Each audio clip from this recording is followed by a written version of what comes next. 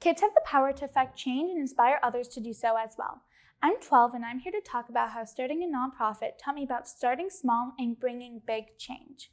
So, when the pandemic hit, kids around the world went into remote learning. At my New York City public school, I knew it would be a problem for some of my classmates who didn't have cell phones or laptops and already had to do online homework at school during recess. With school shut down, these kids were suddenly deprived of the opportunity to learn. They simply didn't have the computers and/or the internet access needed to be educated online.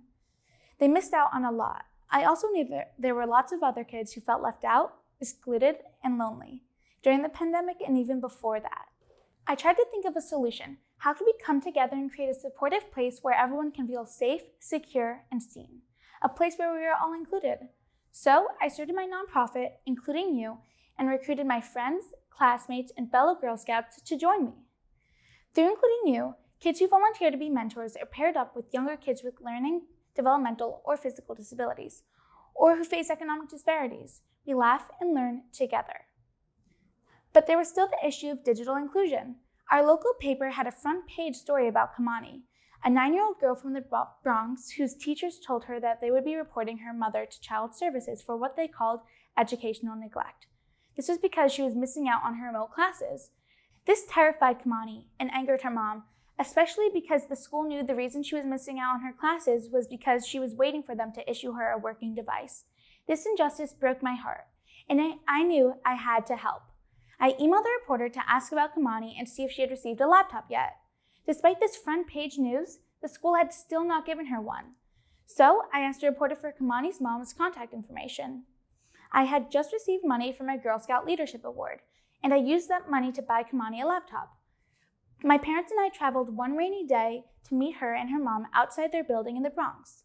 When I gave her the computer, she was so happy and told me how much she missed her teachers and friends and couldn't wait to see them online. Her mother was grateful this laptop would help Kamani catch up on the classwork she had been missing. Wow, over 200,000 people read this newspaper every day, and certainly someone from the Department of Education did too. When I reached out to the reporter, I figured chances were Kamani had already received a laptop after being a front-page story. Most likely, many other readers thought the same. Oh, surely someone has helped her by now. But they hadn't, and I'm so glad I did. I realized there are probably lots of other kids like Kamani. In fact, at the time, the New York City Department of Education reported that there were 77,000 kids in New York City like Kamani, lacking the devices they needed for remote learning. I knew that I couldn't help them all, but I could do something. So I started a GoFundMe to raise money to buy devices. But that's not all. The reporter did a follow-up article to show that Kamani's story had a happy ending. A local business owner read how her receipt of a laptop changed her life. That business reached out to me and said they were inspired by my initiative and wanted to help out. They purchased 17 new laptops, which I was able to distribute to students at its school serving kids with disabilities. Soon, my efforts attracted some media coverage, and parents and teachers were reaching out to me through Including You. Many were tearful as they told me about their feelings of powerlessness as their children or students suffered from loneliness and learning loss, cut off from the connection to the world a laptop would offer. At the same time, other people saw this coverage and they wanted to help out too. Soon, people from all over began dropping off or shipping laptops to me that needed a new home. Several corporations have also pledged to send their used computers.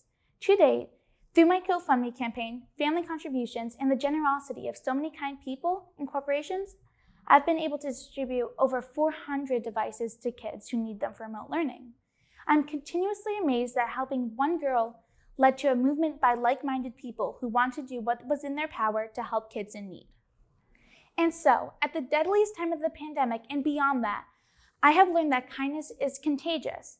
In fact, a peer-reviewed study published in Scientific American concluded that when people learn that others act kindly, they come to value kindness more themselves.